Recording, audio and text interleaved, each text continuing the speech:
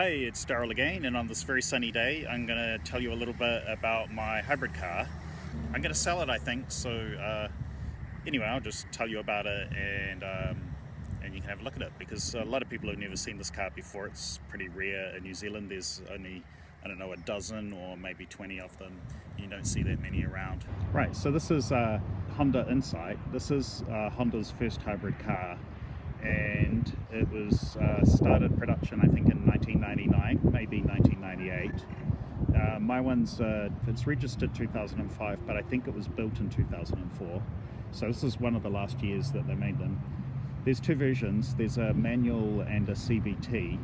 My one's the CVT, so it just drives like a totally normal automatic car, and it has two driving modes. It's drive mode and sport mode, and sport mode is a bit like B mode. So if you're going down a steep hill, like you're going over the Rimatukas or going down the gorge or something like that, you want to put it in the sport mode, and it does more regenerative braking, and it runs the engine at slightly higher revs, which gives you better engine braking. Now, it's had one brake pad replacement. The car's done about 125,000 kilometers.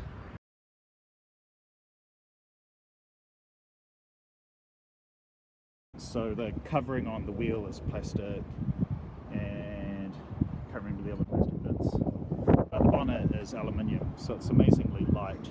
It's got solid aluminium wheels, disc brakes at the front and drum brakes at the back from memory. It's got a 1 litre VTEC engine, 3-cylinder, 10 kilowatt electric as well. It's in pretty good condition. It's got the obligatory supermarket trolley scrapes and people who just open the doors without any regard to other people's personal property, which is always annoying. Air conditioning.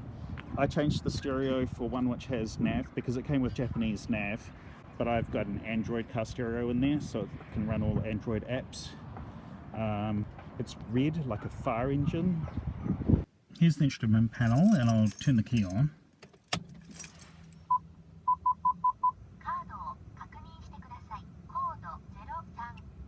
Okay, so the car speaks Japanese here. So instruments from left to right.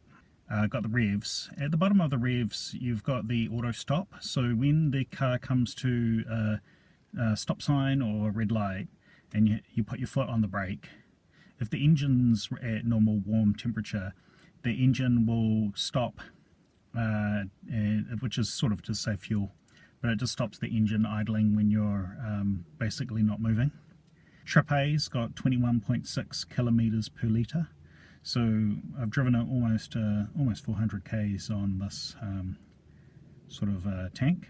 So normally you can get easily 700 or 750 kilometers per tank, depending on how you drive. If you drive it in sport mode, it might use a bit more. Where it's got FCD, that's kind of like a efficiency meter. No, how many kilometers you travel for each litre of fuel. Something around 4.5 litres per 100k, which is pretty normal for driving in my area. On the right hand side, got the fuel gauge, the battery gauge, so that battery is the hybrid battery, and the charge and assist is it will go green for charging if you're going downhill or braking to a halt, so that's putting power back into the battery pack. And in the assist mode, when you push the accelerator, the electric motor helps the petrol engine get the car up to speed. So that's the average I've had since I've had the battery changed. I've never reset Trip B. So that's my average driving. The person who owned this car before me always drove it in sport mode, so they had bad fuel efficiency. And so the lifetime fuel efficiency of the car is 19.9 kilometers per litre for that, what's that, 126,000 k, something like that. You know, 19.9 kilometers per litre, and that's mixed use of sport mode and economy drive mode. So this is just a general image of what the car looks like on the inside. It's got Honda Insight floor mats, got that Japanese thing for road tolling, got these cool kind of seats, got my other car parked in the background there, so that's why I'm going to sell this car, I say. And yeah, it's normal drive, and so that's you just drive it like a totally normal automatic car. And in the steering wheel, you've got that drive mode and sport mode. It's got airbags left and right as well. What have you got? Oh yeah, you can control the mirrors from inside the car, which is good. You can turn the window off for the passenger. FCD flips you through toggle mode, which is about fuel efficiency. I'm not going to go into that because it's complicated. And you've got a little storage box down there to store, I don't know, snacks or something in. And drink holders. It's got two drink holders right in the middle there, which don't fit tall cups from takeaway places, which is slightly annoying. You can see that the seats are quasi-futuristic design. And in the back you've got this cargo net for putting suitcases or luggage or shopping under. And then under the floor down here there's a little tag you pull up, and there's a little storage bin down there, and under the storage bin is the spare tyre. It's got a space saver.